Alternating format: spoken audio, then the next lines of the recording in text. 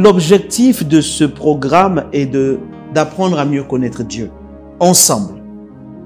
Que tous nous puissions apprendre, avec l'aide du Saint-Esprit, à mieux connaître Dieu.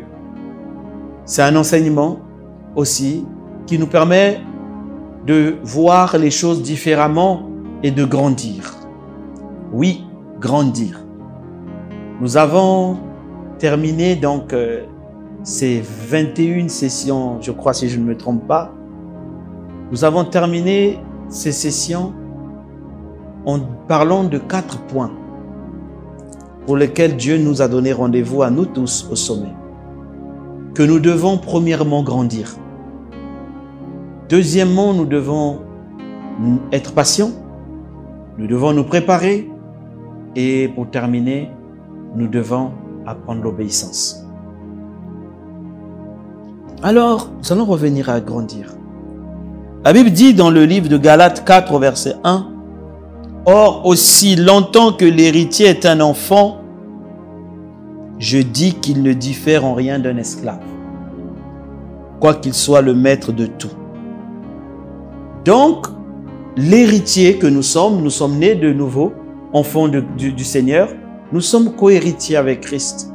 Mais la Bible nous dit aussi longtemps que nous restons un enfant, nous ne sommes pas loin d'un esclave. C'est-à-dire que nous ne pouvons pas posséder, régner sur ce que Dieu veut.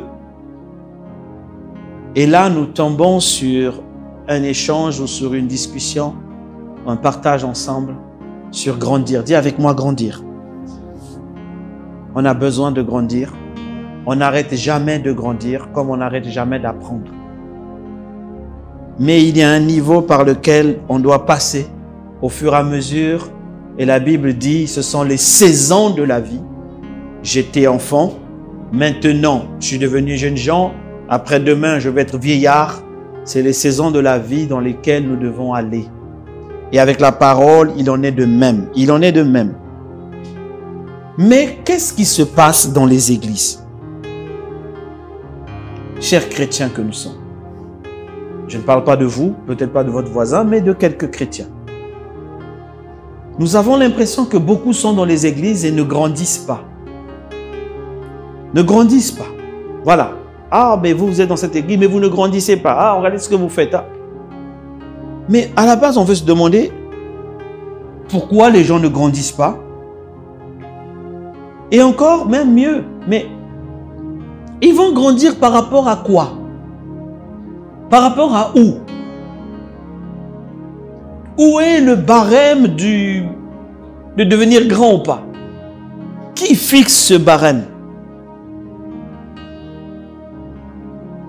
Mais tout ça vient lorsqu'on se pose la question de pourquoi, entre guillemets, les gens ne grandissent pas. Parce que s'ils grandissent, ils vont rentrer en possession de leur héritage, d'après ce que dit la Bible. Donc, s'ils ne sont pas encore en possession de leur héritage maître, c'est que sur un barème, le barème certainement du Seigneur, ils ne sont pas encore assez grands. Ils ne connaissent pas Dieu, comment Dieu fonctionne. Ils ne savent même pas qu'il y a des exploits à accomplir avec Dieu et il y a un sommet que nous devons atteindre. Mais les gens peuvent rester des années dans les églises et nous, souvent les hommes responsables, nous jugeons par l'ancienneté dans l'église ou par certaines attitudes. Et après, nous sommes surpris de certaines choses.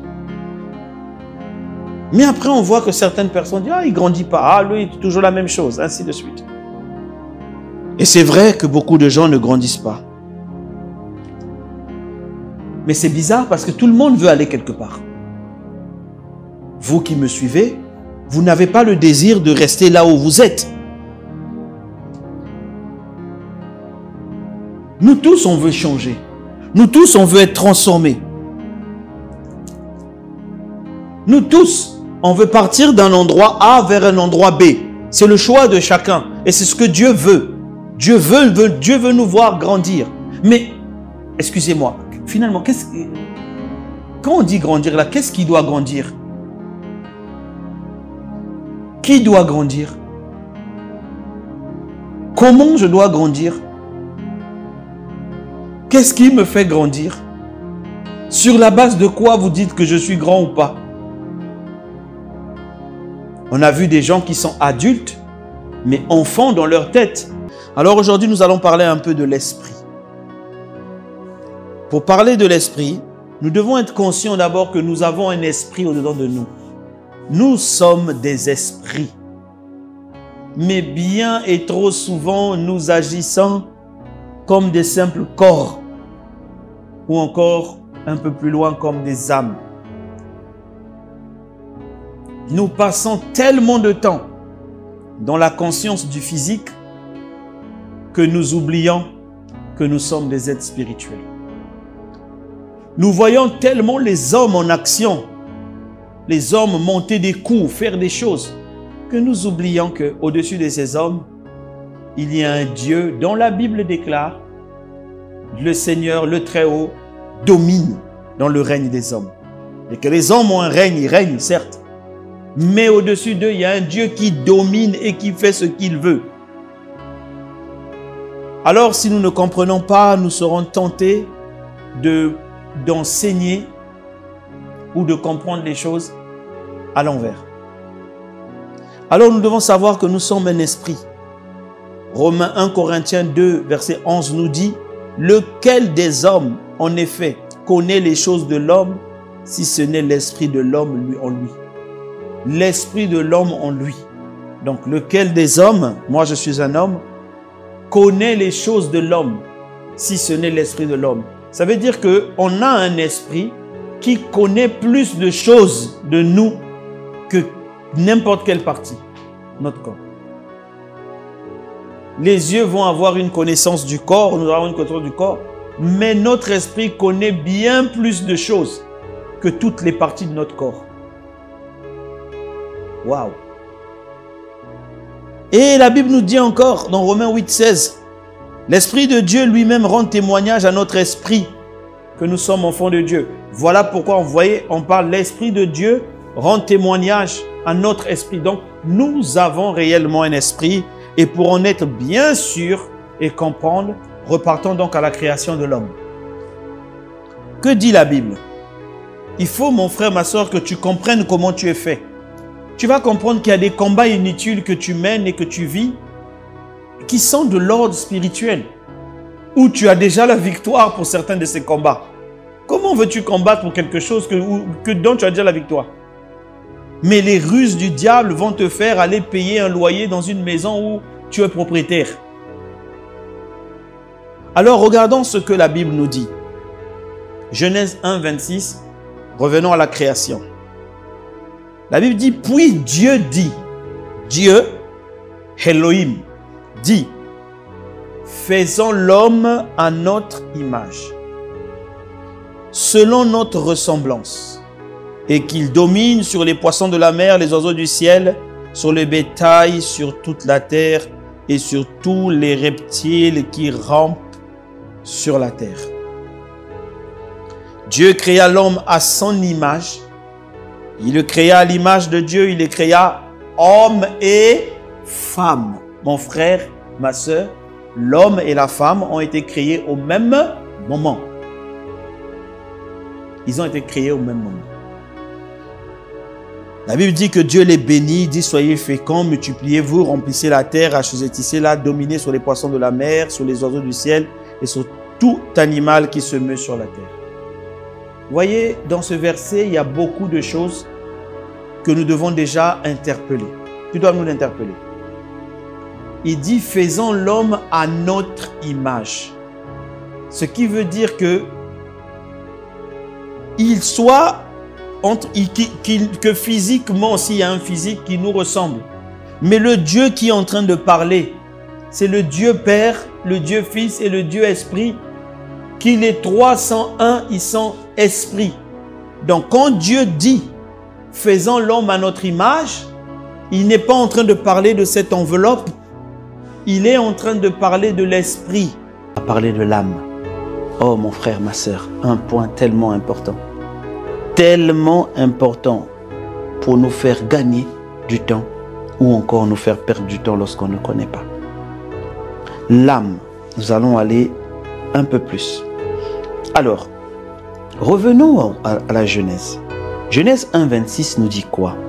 Genèse 1, 26 nous dit: et Dieu dit, faisons l'homme à notre image, selon notre ressemblance, et qu'il domine sur les poissons de la mer, sur les oiseaux du ciel, sur le bétail, sur toute la terre et les reptiles qui rampent sur la terre.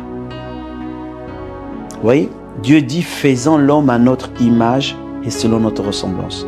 Je vais attirer votre attention sur un point. Plus jamais il est écrit ressemblance après. Le mot image va revenir après, puisque la Bible dit, et Dieu fit l'homme à son image. Il le fit à l'image de Dieu, il le fit homme et femme.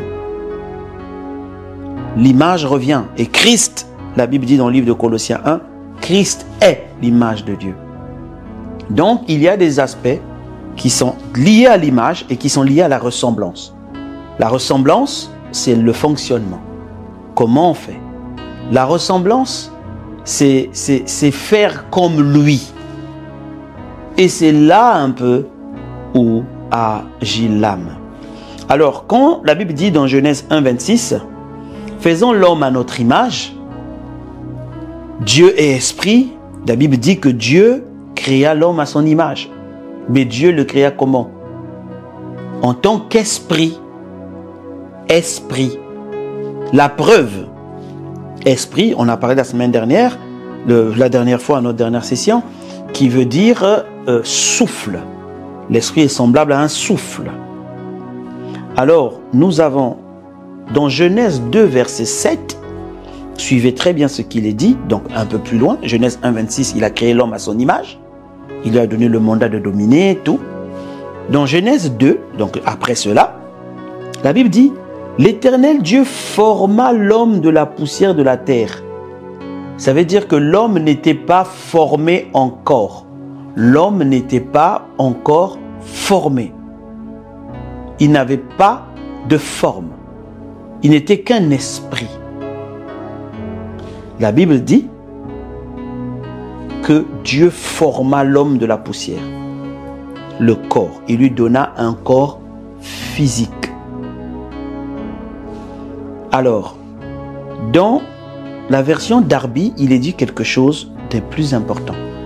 Dans la version Darby, il est dit « Et l'Éternel Dieu forma l'homme, poussière du sol, et souffla dans ses narines une respiration de vie, et l'homme devint une âme vivante. »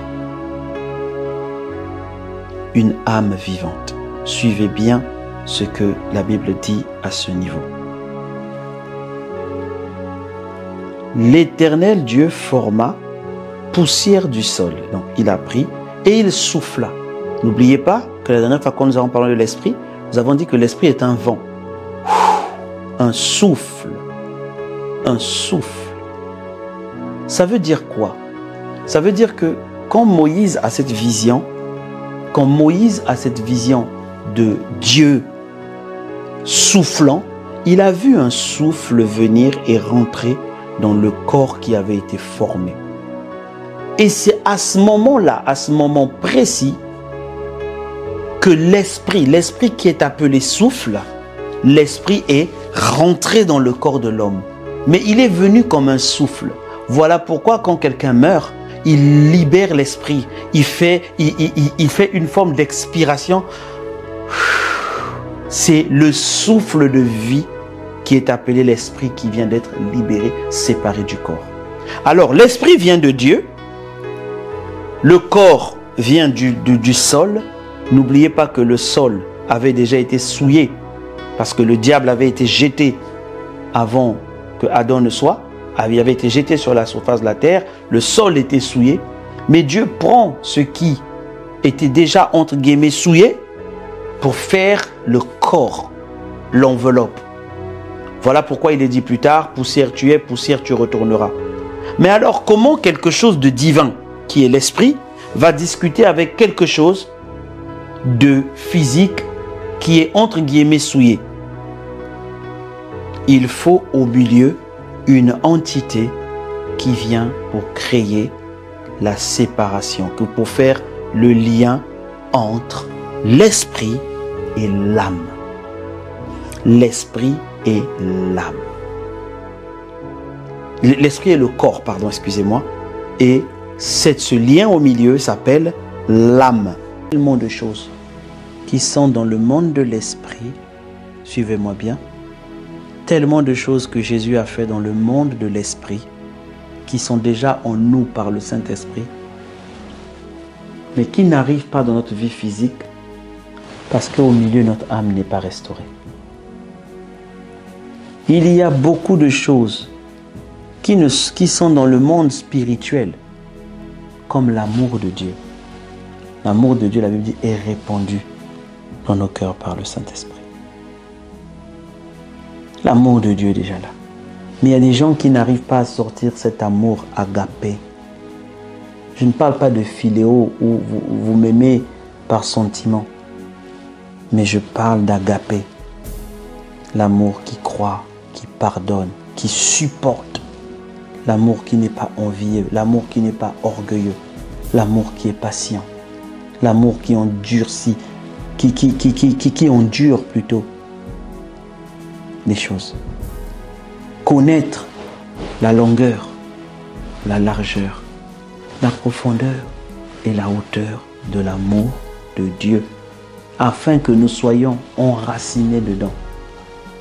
Il y a des freins à cet enracinement qui sont souvent de l'ordre de la chair, de l'ordre des blessures passées. L'envie de paraître, moi je suis le meilleur docteur, je suis le meilleur médecin, moi je suis le meilleur pasteur, moi je suis le meilleur évangéliste, moi je suis celui qui est, moi je suis celui qui est, c'est Jésus. Nous ne sommes que ce que lui, il veut que nous soyons. Il a dit, et même quand on vous dira merci, dites, nous ne sommes que des serviteurs inutiles. N'attendez pas le merci. Mais beaucoup de ces choses sont souvent à l'origine des blessures de nos âmes non soignées. Elles sont souvent à l'origine des états passés que nous croyons, dont nous croyons que nous sommes guéris. Mais elles peuvent bloquer des choses, éloigner des gens de vous, éloigner des connexions divines de vous, éloigner des bonnes personnes, éloigner des opportunités de vous. À cause peut-être d'un orgueil que vous ne savez pas. On peut être pauvre et être très orgueilleux. N'oubliez jamais ça. On peut être pauvre et être très orgueilleux. Très orgueilleux. Alors, demandons à Dieu de restauration de notre âme. Et ça se fait par la parole de Dieu.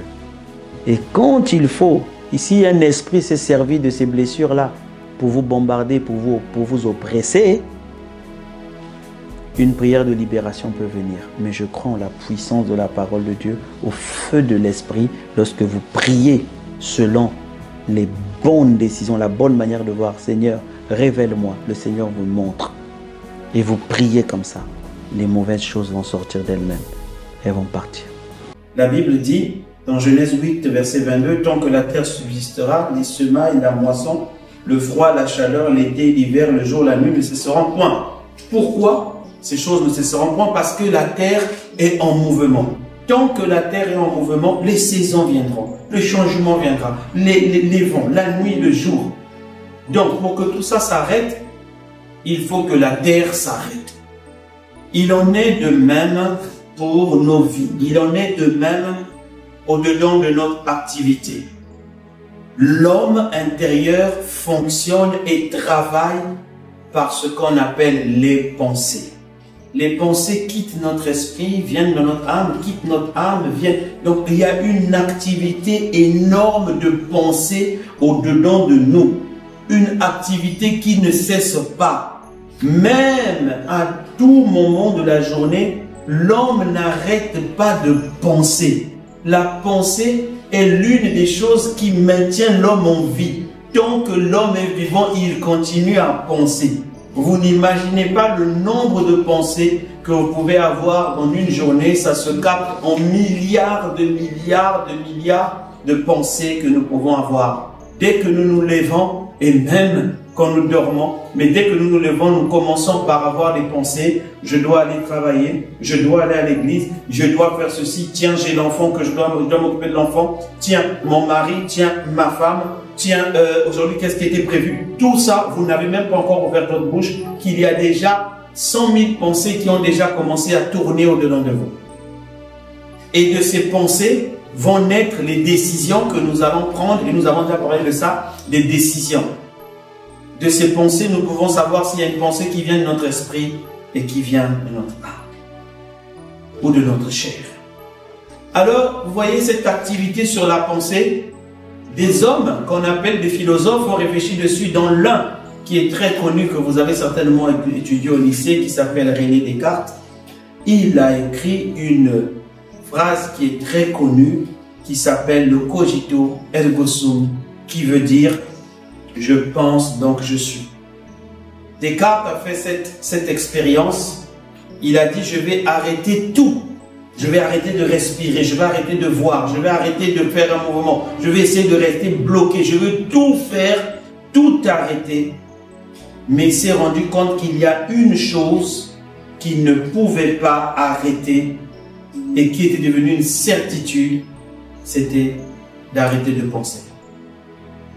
Il a dit je pense donc je suis, qui est devenu un qualificatif de type tant que l'homme est, il pense. Et d'autres philosophes comme Blaise Pascal, qui était devenu chrétien après, a écrit une phrase très connue: l'homme n'est qu'un roseau, le plus faible même de la nature, mais il est un roseau pensant. Et penser fait sa grandeur. C'est Blaise Pascal qui l'écrit. Penser, la pensée, l'homme est un roseau. Roseau pour montrer sa faiblesse. Parce que le roseau, c'est quelque chose de faible dans la nature, mais il est un roseau qui pense. Il est pensant. Alors, nous allons avancer. Pourquoi nous parlons de cela? Nous avons commencé avec des philosophes, ne vous inquiétez pas, on va atterrir dans la Bible, parce que c'est là notre philosophie à nous et de tout. La Bible parle énormément, quand surtout nous sommes nés de nouveau, il nous parle plus de cœur. La dernière fois, avec les pensées, quelqu'un m'a dit, mais pasteur, mais c'est là même qu'il faut rester dessus. Je lui ai dit, non, le plus important arrive. Le plus important, c'est le cœur. C'est de là que coulent les sources de la vie. C'est le cœur. Alors, vous ne pouvez pas comprendre le cœur, je vous le dis, si vous n'avez pas suivi les enseignements précédents. Sinon, vous n'allez pas comprendre. Alors, le cœur, ce n'est pas l'âme. Écoutons ce que dit la Bible. Deutéronome 4, verset 29. C'est de là aussi que tu chercheras l'Éternel ton Dieu et tu le trouveras. Si tu le cherches de tout ton cœur et de toute ton âme. Je dis, c'est pas l'âme. Bon, tu m'as dit c'est dans l'Ancien Testament. On va venir dans le Nouveau Testament. Matthieu 22, verset 37. Jésus lui répondit, c'est Jésus, c'est Dieu qui parle. Tu aimeras le Seigneur ton Dieu de tout ton cœur et de toute ton âme et de toute ta pensée. Waouh! Ici part encore les trois. Ni le cœur, ni l'âme, ni la pensée. Il fait bien la différence entre les trois. Donc le cœur, ce n'est pas l'âme. Le cœur, ce n'est pas l'âme.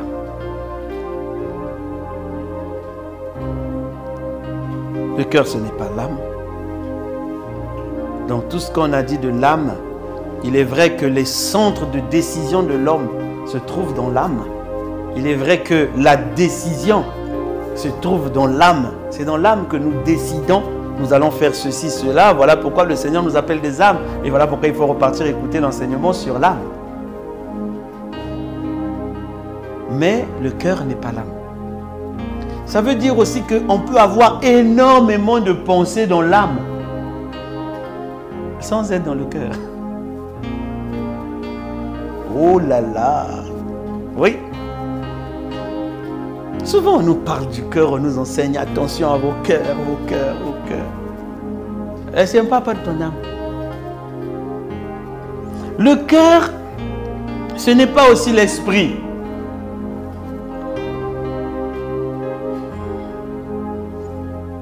Vous savez, la Bible dit, c'est dans le livre de... Je crois que c'est un livre d'Hébreux, où le Seigneur dit, la parole est puissante. Hébreux 4, verset 12. Là, il dit, car la parole de Dieu est vivante et efficace, plus tranchante qu'une épée quelconque à deux tranchants, pénétrant jusqu'à partager l'esprit et l'âme. Il n'y a que la parole de Dieu qui vont t'emmener à faire la différence entre l'esprit et l'âme. Rien d'autre. Voilà pourquoi ceux qui pratiquent les sciences occultes, là, pour eux, ils mélangent tout dans l'âme. De toute façon, c'est vrai pour eux parce que leur esprit est mort. Ils ne sont pas nés de nouveau. Donc, tout se réside dans l'âme. Mais il n'y a que la parole de Dieu qui sépare âme et esprit, jointure et moelle. Elle juge les sentiments et les pensées du cœur. Ça veut dire que là aussi, les pensées peuvent avoir pour origine le cœur. Mais le cœur, ce n'est pas l'esprit. Suivant ce que dit la Bible. Proverbe 10, verset 2. Car la sagesse viendra dans ton cœur, et la connaissance fera les délices de ton âme. La sagesse viendra dans ton cœur. La sagesse viendra dans ton... Avant de comprendre que ce n'est pas dans l'esprit, aujourd'hui, je vais vous parler rapidement de la nouvelle naissance. Lorsque nous sommes nés de nouveau, nous avons un nouvel esprit. C'est notre esprit qui est né de nouveau, qui fusionne avec le Saint-Esprit et devient un. La Bible dit ceux qui sont en Christ, ils sont un avec son esprit. Nous sommes un. Notre esprit est déjà mélangé au Saint-Esprit. Donc notre esprit a tout ce que le Saint-Esprit possède. Alors lorsqu'on dit « car la sagesse viendra de ton cœur », ça ne peut pas venir de ton esprit parce que notre esprit est déjà rempli de sagesse du Saint-Esprit.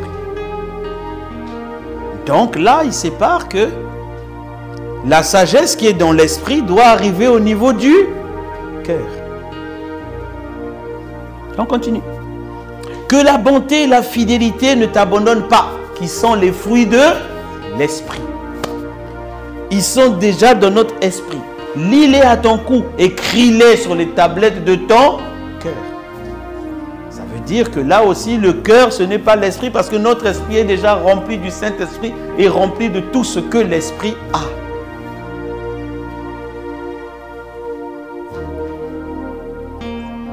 Donc, là aussi, l'esprit n'est pas dans le cœur. Ou le cœur n'est pas dans l'esprit. Alors, que dit le mot cœur? Le mot cœur, en hébreu, la première fois qu'il est utilisé, c'est lorsque le Seigneur dit dans Genèse 6, verset 5, « L'Éternel vit que la méchanceté des hommes était grande sur la terre, et que toutes les pensées de leur cœur se portaient chaque jour uniquement vers le mal. » Chaque jour uniquement vers le mal. Les pensées de leur cœur. Le mot cœur, c'est le mot hébreu labé. Labé, qui peut se dire leb. Qui parle de l'homme intérieur, de l'esprit, de la volonté du cœur, de la partie interne. Qui parle du milieu. Alors, qu'est-ce que le cœur? Le cœur est cette entité qui se trouve entre l'esprit et l'âme. Au milieu, là, il y a le cœur.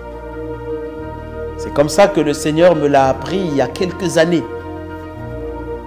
Et il y a aussi quelques années, alors que j'étais focalisé et que le Seigneur m'avait dit cela, dans les méditations, que le cœur était au milieu entre les deux, que j'ai écouté un serviteur de Dieu que j'aime beaucoup, qui a dit la même chose, mais en mieux. Il a dit le cœur, c'est la porte qui se trouve entre l'esprit et l'âme. Une porte. Dès qu'il a dit, mes yeux se sont illuminés, j'ai compris et tout collait. Alors je vais expliquer un peu.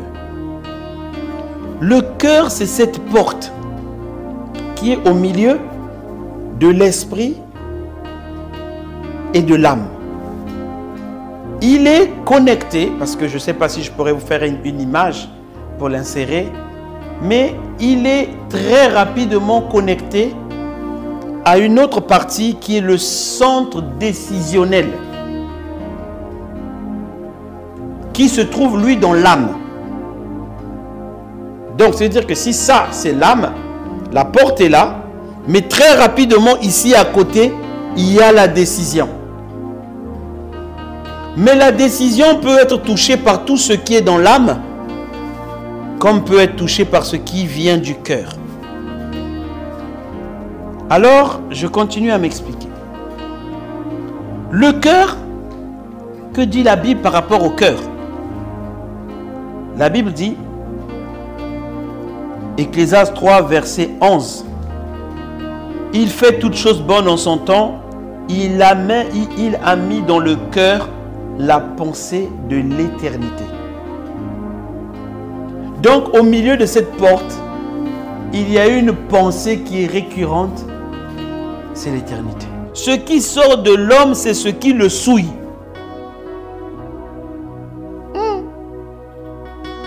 Ce n'est pas quelque chose qui vient sur moi, qui me rend sale. Il dit, c'est ce qui sort de moi. Quand ça sort, là, ça me salit. Donc, quand ça sort, ça me salit. Il dit, car c'est du dedans, c'est du cœur des hommes que sortent les mauvaises pensées, les adultères, les impudicités, les meurtres, les vols, les cupidités, les méchancetés, la fraude, le dérèglement, le regard envieux, la calomnie, l'orgueil, la folie. Toutes ces choses mauvaises sortent du dedans et souillent l'homme. Vous voyez, il n'y a pas que les sources de la vie, mais il y a même ce qui sort du cœur lorsqu'il n'est pas bien, peuvent le souiller. Les adultères, les impudicités, les meurtres, les vols, les cupidités. C'est Jésus qui a dit ça. Cela ne vient pas de l'extérieur. Donc arrête de dire que c'est à cause de la sœur qui porte le pantalon serré que tu as un problème, ou à cause du frère qui est très musclé. Non, c'est ce qui sort de toi. C'est ce qui sort de toi. Ce qui sort de ton cœur. Quand tu vois ça, quelle pensée tu as? Il dit c'est ça qui te souille.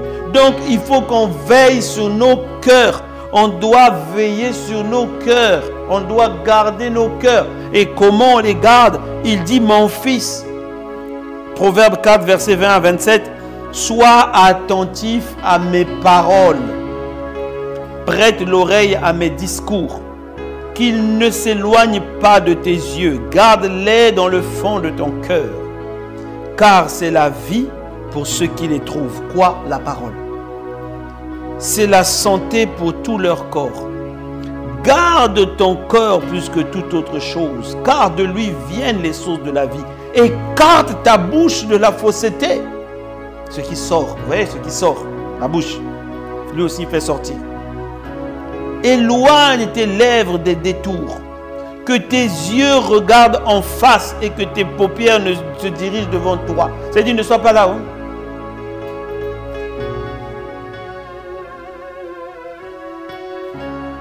Il dit, garde tes yeux devant. Garde tes yeux devant. Garde-les. Considère le chemin par où tu passes et que toutes tes voies soient bien réglées.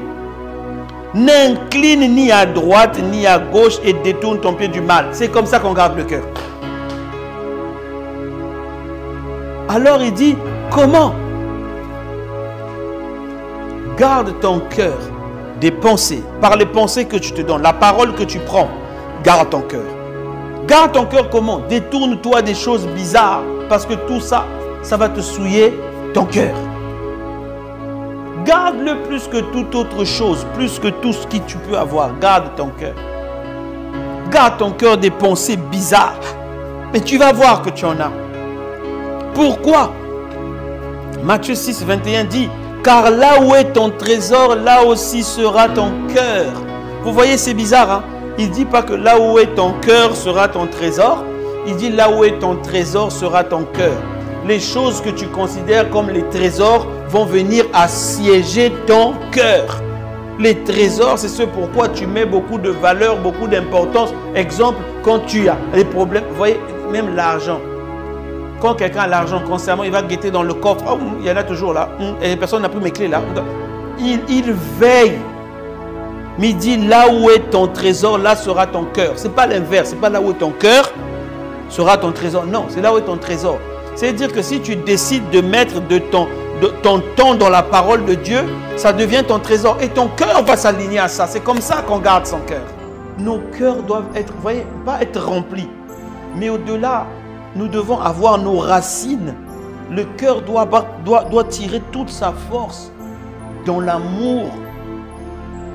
Et quand nous avons tiré nos forces, nous serons remplis du Saint-Esprit, de la plénitude de Dieu. Christ sera pleinement formé au-dedans de nous. Une fois que nos racines, que nos cœurs sont enracinés dans l'amour, ça veut dire prennent le maximum de leurs décisions fondées sur l'amour. Vous savez, il y a plein de choses sur la terre, plein d'aspects dans la Bible. Mais la Bible dit maintenant que ces trois choses restent, la foi, l'espérance et l'amour. Mais la plus grande des trois, c'est l'amour. 1 Corinthiens 13, verset 13. Ça veut dire que trois choses vont demeurer. L'amour, l'espérance et la foi. Mais la plus grande de toutes les choses, c'est l'amour. C'est l'amour. C'est par amour que Dieu a créé l'homme. Voilà pourquoi il a rempli toute la terre avant de mettre l'homme. Tous ces actes ont été faits par amour. Genèse 1, verset 6, faisant l'homme à notre image. Rien, aucune de toute la création n'a été faite à l'image de Dieu, si ce n'est l'homme. Mais c'est par amour que Dieu le fait. Le plan du salut avait déjà été créé. Lorsque Adam a chuté, Dieu l'a fait partir parce qu'il ne voulait pas que l'homme périsse pécheur. Sinon, il aurait mangé l'autre fruit de l'arbre de la vie et il serait mort pécheur. Le plan du salut était déjà là. Et la Bible dit, le salut, Jean 3,16, Dieu a tant aimé le monde qu'il a donné son Fils unique, afin que quiconque croit en lui ne périsse pas et soit sauvé. C'est le plan de Dieu. Il est basé sur l'amour. Mon frère, ma soeur, écoute ce que je te dis aujourd'hui. Dieu n'a pas l'amour. Toi, tu as l'amour, moi j'ai l'amour, mais Dieu n'a pas l'amour. Dieu est amour. Il est. Sa nature même, c'est l'amour. Que Dieu soit pleinement vu en dedans de toi veut dire que tu dois manifester l'amour. De toute façon, les plus grands commandements qui ont été donnés par Jésus, Matthieu 22, le verset 36 dit, on lui pose la question, Maître, quel est le plus grand commandement de la loi? Il dit, Jésus lui répondit, tu aimeras le Seigneur ton Dieu. Comment? De tout ton cœur. Vous voyez, le cœur revient. Ça veut dire de tout ton cœur, de toute ton âme. Ça vous montre aussi que le cœur n'est pas dans l'âme. Hein? On l'avait déjà vu. De tout ton cœur et de toute ton âme. De toute ta pensée. Ça veut dire que de tes pensées, il faut que tes pensées soient focalisées sur aimer Dieu. Et il dit, c'est le premier, le plus grand commandement. Mais Jésus ne s'arrête pas là. Il dit, voici le second qui est semblable, qui est pareil. Tu aimeras ton prochain comme toi-même. De ces deux commandements dépend toute la loi et les prophètes. Il dit donc, tout ça c'est combiné dans deux commandements. Aimer Dieu, aimer son prochain. Donc les deux commandements, comme on disait en mathématiques, ont un dénominateur commun, c'est aimer. C'est aimer. Aimer. Et plus loin encore, Jésus dit dans Jean 13, verset 34, « Je vous donne un commandement nouveau. Aimez-vous les uns les autres comme je vous ai aimé. Vous aussi aimez-vous les uns les autres. À ceci, tous connaîtront que vous êtes mes disciples si vous avez l'amour les uns les autres. » Mon frère, ma soeur, on n'est pas disciple de Dieu parce qu'on connaît toute la parole de Dieu. On n'est pas disciple de Dieu parce qu'on maîtrise les versets ou on enseigne excellemment. On est disciple de Dieu parce qu'on aime On aime les autres, on aime. Nous avons donc compris qu'il y a beaucoup de pensées dans le cœur de l'homme. Et ces pensées font que nos décisions que nous prenons regardent beaucoup ce qu'il y a dans le cœur. Mais il y a une chose qui se forme dans le cœur, qui bloque le cœur. C'est ce qu'on appelle les forteresses. Les forteresses. 2 Corinthiens 10 au verset 4, il est dit, si nous marchons selon la chair, à partir du verset 3, nous ne combattons pas selon la chair. Car les armes avec lesquelles nous combattons ne sont pas charnelles. Ce n'est pas la chair, mon frère, ma soeur. Mais elles sont puissantes par la vertu de Dieu, par la force de Dieu, pour renverser les forteresses. Il dit pour renverser les forteresses. Mais on parle du combat spirituel souvent, mais il faut connaître déjà c'est quoi ce combat. Il faut connaître déjà par exemple, quand Paul dit combat, le bon combat de la foi. Il ne dit pas combat plusieurs combats, il dit le. Il n'y en a qu'un seul, un véritable, le vrai. Il a dit j'ai combattu le bon combat, j'ai gardé la foi. Mais qu'est-ce qui attaque notre foi? Jacques dit, si quelqu'un demande quelque chose à Dieu, qu'il ne doute pas. Et il verra cela s'accomplir. Jésus a dit, si vous dites à cette montagne, ôte-toi la main. Et si vous ne doutez pas où? Dans votre cœur. Mais le doute vient comment dans le cœur? Par les pensées. Encore une fois. Et il y a une chose qui vient canaliser nos pensées, ce sont les forteresses. Les forteresses. Alors il est dit au verset 5, nous renversons, il explique maintenant ce que c'est que les forteresses. Il dit nous renversons les raisonnements et toute hauteur qui s'élève contre la connaissance de Dieu. On revient à connaître Dieu. Vous voyez, les forteresses, ce sont les raisonnements et les hauteurs qui se lèvent contre la connaissance de Dieu.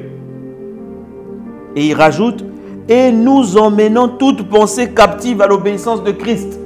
C'est-à-dire qu'il comprend que, Paul explique que tout ça, là, les forteresses, là, quand on les renverse, si on ne ramène pas la pensée, les pensées vers la volonté de Dieu, les forteresses vont revenir. Et je le dis encore, je le répète, les forteresses ne dépendent pas de ton nombre d'années dans le Seigneur. Tu peux construire de forteresses sans t'en rendre compte. Tout dépend des pensées que tu laisses entrer dans ton cœur. Tout dépend de ton système de pensée, ce que tu veux penser, qu'est-ce que tu veux faire. Le mot forteresse, en hébreu, c'est le mot matsaoud.